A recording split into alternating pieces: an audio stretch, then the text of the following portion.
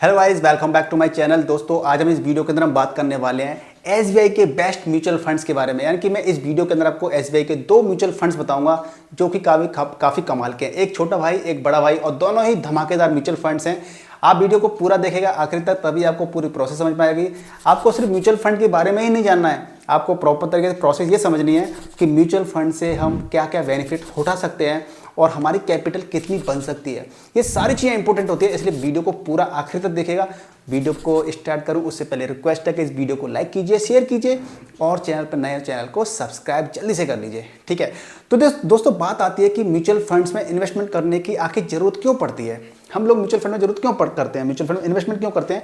इसलिए करते हैं क्योंकि म्यूचुअल फंड में क्या होता है कि आप जब पैसा लगाते हैं, जब भी हम पैसा इन्वेस्टमेंट करते हैं कहीं पे भी, तो ज़्यादातर हम लोग ना सेविंग के बारे में सोचते हैं। सेविंग में क्या करते हैं हम लोग, क्या कर देते हैं, एफडी कर देते हैं, हम लोग आरडी कर देते हैं, गवर्नमेंट स्कीम्स होती हैं उन्हें पैसा इन्वेस्टमेंट कर देते हैं। तो इनसे क्या होता है कि इनसे जो हमें रिटर्न्स मिलते हैं 6 से 7% के बीच में रिटर्न्स मिलते हैं, 6 से 7% के बीच में रिटर्न मिलते हैं।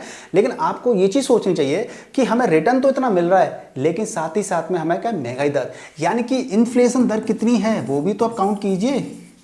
इन्फ्लेशन दर की बात करें आप, इन्फ्लेशन रेट की बात करें तो वो नॉर्मली कितनी रहती है आपकी, 5 से 6% के बीच में या 7% के बीच में रहती है।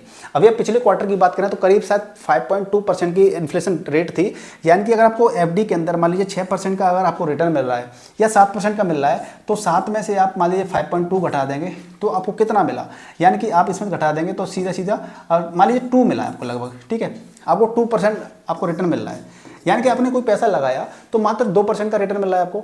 तो मेरा कहने का मतलब यह है कि हमें ऐसी जगह पे पैसा इन्वेस्टमेंट करना चाहिए जहाँ पे हमें कुछ अच्छा रिटर्न मिले। जब म्यूचुअल फंड की बात कर लेते हैं तो अगर इंडेक्स फंड में आप पैसा डालते हैं तो वहाँ पे 12-13% का रिटर्न मिल जाता है। Mutual fund, large cap mutual fund के अंदर डाल देते हैं तो 15% मिल जाता है। स्मॉल कैप के अंदर डाल देते हैं तो 20% मिल जाता है लगभग। ठीक है, तो मान लीजिए अगर 20% आपको म्यूचुअल फंड में रिटर्न मिल रहा है और इसमें से अगर हम महंगाई दर 7 की घटा दें, मान लीजिए 5 की घटा देते हैं, तो आप देखिए 5 की घटा देंगे तो आपको कितनी हो रही है, 15%। यानी 15% का रिटर्न मिल रहा है आपको महंगाई दर को घटाने के बाद में भी। अगर 15 नहीं मिलेगा, महंगाई दर को घटा करके अगर 10 भी मिल गया तो सोचिए कहाँ 2% मिल रहा था हमें एफडी वगैरह इनके अंदर, और कहाँ म्यूचुअल फंड से हमें 10 भी मिल सकता है महंगाई दर को घटा करके, सोचिए। तो इसलिए हम लोग क्या करते हैं, हम ऐसी जगह पे पैसा इन्वेस्टमेंट करना चाहिए जहाँ पे हमें रिटर्न्स अच्छे मिले। अब रिटर्न्स मिलने के लिए हम क्या पैसा डाल सकते हैं, रियल एस्टेट के अंदर डाल सकते हैं, रियल एस्टेट के अंदर डाल सकते हैं, रियल एस्टेट। ठीक है, स्टॉक्स में डाल सकते हैं, यानी कि शेयर मार्केट में डाल सकते हैं हम लोग। तीसरा, गोल्ड खरीद सकते हैं। हालांकि गोल्ड में भी अच्छे रिटर्न्स नहीं होते हैं, लेकिन इसमें भी 6-7% का रिटर्न मिल जाता है हमें। ठीक है, इसके अलावा हम क्या कर सकते हैं, म्यूचुअल फंड्स में रिटर्न पैसा डाल सकते हैं म्यूचुअल फंड्स के अंदर। अब ये जब हमें अच्छे रिटर्न्स हमें इसके अंदर में मिल जाते हैं, स्टॉक्स के अंदर, तो हम लोग म्यूचुअल फंड में पैसा क्यों डालते हैं, अभी मैं इस पर आऊँगा। लेकिन रियल एस्टेट में पैसा अच्छा मिल जाता है, लेकिन रियल एस्टेट में पैसा क्या होता है कि हमें पैसा लगाने के लिए होना चाहिए पहले 2 लाख, 5 लाख, 10 लाख, 20 लाख, 50 लाख, 1 करोड़, 2 करोड़ हम पे होगा तभी तो हम रियल एस्टेट में पैसा लगा पाएंगे। तो वो चीज़ बड़ी नहीं चाहिए हमें उसमें लगाने के लिए। स्टॉक्स में पैसा हम अच्छा बना सकते हैं, लेकिन स्टॉक की नॉलेज हर किसी को नहीं होती है। अगर मैं आपसे बोलूं कि मान लीजिए किसी सब्जी वाले से बोलूं या किसी से फेरी वाले जो होते हैं उनसे बोलूं कि भाई म्यूचुअल फंड आप स्टॉक में कुछ पैसा लगा दीजिए किसी के अंदर, तो ज़्यादातर 99.99% लोगों को नॉलेज नहीं होती है कि किस स्टॉक में पैसा लगाएं, कितना लगाएं, कब लगाना है, कब निकालना है, नहीं होती है। ठीक है, तो मतलब इसके लिए आपको सीखना पड़ेगा, समझना पड़ेगा, तो इसमें पैसा नहीं लगा सकते। म्यूचुअल फंड्स में क्या रहता है कि हमें नॉलेज होती है, हमें इतनी नॉलेज होती है कि हम इतना सीख सकते हैं 1-2 घंटे के अंदर कि किस म्यूचुअल फंड के अंदर पैसा लगाएं। और इसमें क्या होता है, एक फंड मैनेजर होता है। वो फंड मैनेजर क्या करता है कि हमारे पैसे को क्या करता है, वो स्टॉक में लगाता है, यानी कि हमारे पैसे को स्टॉक में लगाता है। और फंड मैनेजर हाईली क्वालिफाइड और वो पूरी मार्केट की नॉलेज रखता है। तो इसलिए हमारे क्या करते हैं, म्यूचुअल फंड के अंदर पैसा लगाते हैं। अब ये म्यूचुअल फंड में पैसा लगाते हैं तो म्यूचुअल फंड पैसा लगा के हमें रिटर्न्स कैसे मिलते हैं, कितने मिलते हैं, वो वाली कैलकुलेशन और कर लेते हैं। फिर लास्ट में आपको 2 म्यूचुअल फंड बताऊंगा एसबीआई के कि हम किन में इन्वेस्टमेंट कर सकते हैं। ठीक है, तो देखिए मैंने सबसे पहले क्या किया कि आपको एसआईपी कैलकुलेट करके दिखाता हूं पहले कि एसआईपी की पावर क्या होती है, पहले उसको समझ लेते हैं। तो उसके लिए मैं क्या कर लेता हूं, एसआईपी कैलकुलेटर ओपन कर लेता हूं। मैंने स्क्रीन को रिकॉर्डिंग पे लगा दिया है और आप देखिए कि मान लीजिए अगर आपकी इनकम अच्छी है या कम है, आप एसआईपी कैलकुलेटर ओपन कीजिए और खुद से भी कैलकुलेट करके देखिए, सीखिए चीज़ों को, तो ज़्यादा अच्छा रहता है।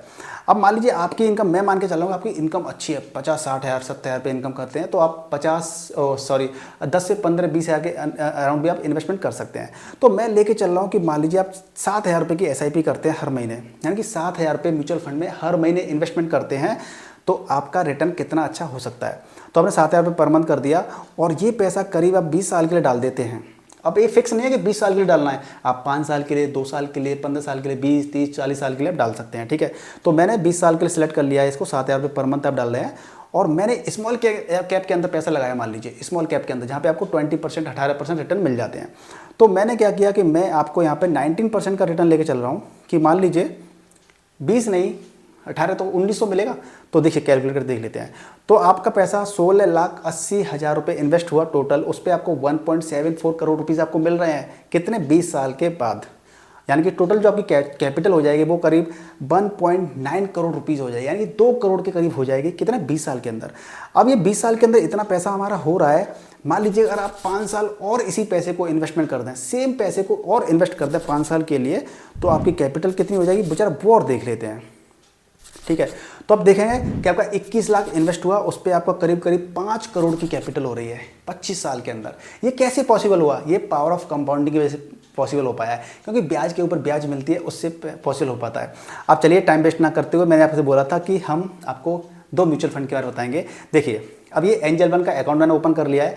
यदि आप भी इन्वेस्टमेंट करना चाहते हैं तो आप एंजल वन का लिंक आपको वीडियो के डिस्क्रिप्शन में या फिर कमेंट सेक्शन के पिन कमेंट मिल जाएगी, वहाँ से आप एंजल वन को डाउनलोड करके अपना डीमैट अकाउंट ओपन करवा लीजिए और इन्वेस्टमेंट करना जल्दी से करना स्टार्ट कर दिए, जिससे कि आप भी इन्वेस्टमेंट जो करने की जो जर्नी है ना उसमें शामिल हो जाएँ, ठीक है। इसके अंदर म्यूचुअल फंड सेक्शन के अंदर जब आप आएंगे तो वहाँ पे आपको सर्च करना है SBI magnum mid cap fund. मैं आपको एक मिड कैप फंड के बारे में बता रहा हूँ। आप देखेंगे कि लास्ट के 3 साल का रिटर्न कितना अच्छा रहा है, 34.47%। 5 ईयर का रिटर्न देखेंगे तो 18.84%। और ऑल टाइम का रिटर्न आप देखेंगे, यानी कि जब से स्टार्ट हुआ है म्यूचुअल फंड तब से अब तक का रिटर्न है इसका 19.65%। और मैंने आपका SIP कैलकुलेट कितने से किया था, 19% से, 19%, ठीक है। तो इसका फंड साइज़ की बात कर लेते हैं तो आप फंड साइज़ का नीचे देखेंगे तो इसका फंड साइज़ है आपका, एक सेकेंड, फंड साइज़ किधर गया, यस, फंड साइज इसका है 11,808 करोड़ का फंड साइज है इसका। और एक्सपेंस रेशियो इसका 0.9% है, यानी कि जो एक्सपेंस रेशियो वो भी ठीक ठाक है। तो इस तरीके से आपको इसके अंदर रिटर्न्स काफ़ी मिल जाएंगे। और इसकी आप होल्डिंग देखना चाहते हैं कि पैसा कहाँ कहाँ पे इन्वेस्टमेंट कर रखा है, इसके जो फंड मैनेजर हैं वो है सोहिनी अंदानी हैं इसके। और जो फंड की होल्डिंग है वो सबसे ज़्यादा होल्डिंग कहाँ पर है, एक क्राइसिल के अंदर है, यानी कि 4.91% की होल्डिंग है। सेफलर इंडिया के अंदर सेकंड नंबर पर 4.52% की, यानी कि इन कंपनियों में 3% पैसा इस फंड का लगा रखा है, ठीक है। तो इस तरीके से आपका ये फंड हो गया। दूसरे फंड की बात कर लेता हूँ तो मैंने SBI small cap fund choose किया है, क्योंकि बहुत सारे लोग ट्रस्ट करते हैं SBI के ऊपर, किसी SBI सरकारी बैंक है तो पैसा नहीं डूबेगा। तो ये फैक्टर भी रहता है एक लोगों का कि SBI में हम इन्वेस्टमेंट। तो जरा इस फंड की बात कर लेते हैं तो आप देखेंगे लास्ट के 3 साल का रिटर्न रहा है 35.14%। 5 ईयर की बात कर लेते हैं तो 19.94% रहा है। और ऑल टाइम की बात करेंगे तो 25.69% रहा है। यानी कि जिस बंदे ने इसके अंदर जो स्टार्टिंग से ये फंड स्टार्ट हुआ है मान लीजिए, और जब से अब तक का पैसा लगा दिया होता है इसके अंदर, तो 25 यानी 25.5% का रिटर्न मिल चुका है उस समय पर। आप सोच सकते हैं कि जब हम 19% की कंपाउंडिंग मिलती है 19% की, तो हमारा पैसा कितना हो रहा था। वहीं अगर 25% के हिसाब से मिल जाए तो आपका पैसा कितना हो जाएगा कंपाउंडिंग के हिसाब से, अपने आप खुद कैलकुलेट करके देखिए, ठीक है ना। तो इसके अंदर आप देखेंगे कि इसका फंड साइज है, जो फंड साइज की बात कर लेते हैं तो इसका फंड साइज है इसका 20,000 करोड़ का फंड साइज है लगभग। और इसके जो फंड मैनेजर हैं वो फंड मैनेजर, मेरी स्क्रीन थोड़ी सी मोबाइल की ख़राब हो गई है, एक सेकेंड। इसके फंड मैनेजर आर श्रीनिवासन है। और फंड की होल्डिंग की बात की जाए तो ट्रैप्स के अंदर सबसे ज़्यादा पैसा लगाया रखा हुआ है 13.35% में। और ब्लू स्टार के अंदर 3.87% का पैसा इसमें इन्वेस्टिंग होल्डिंग कर रखी है।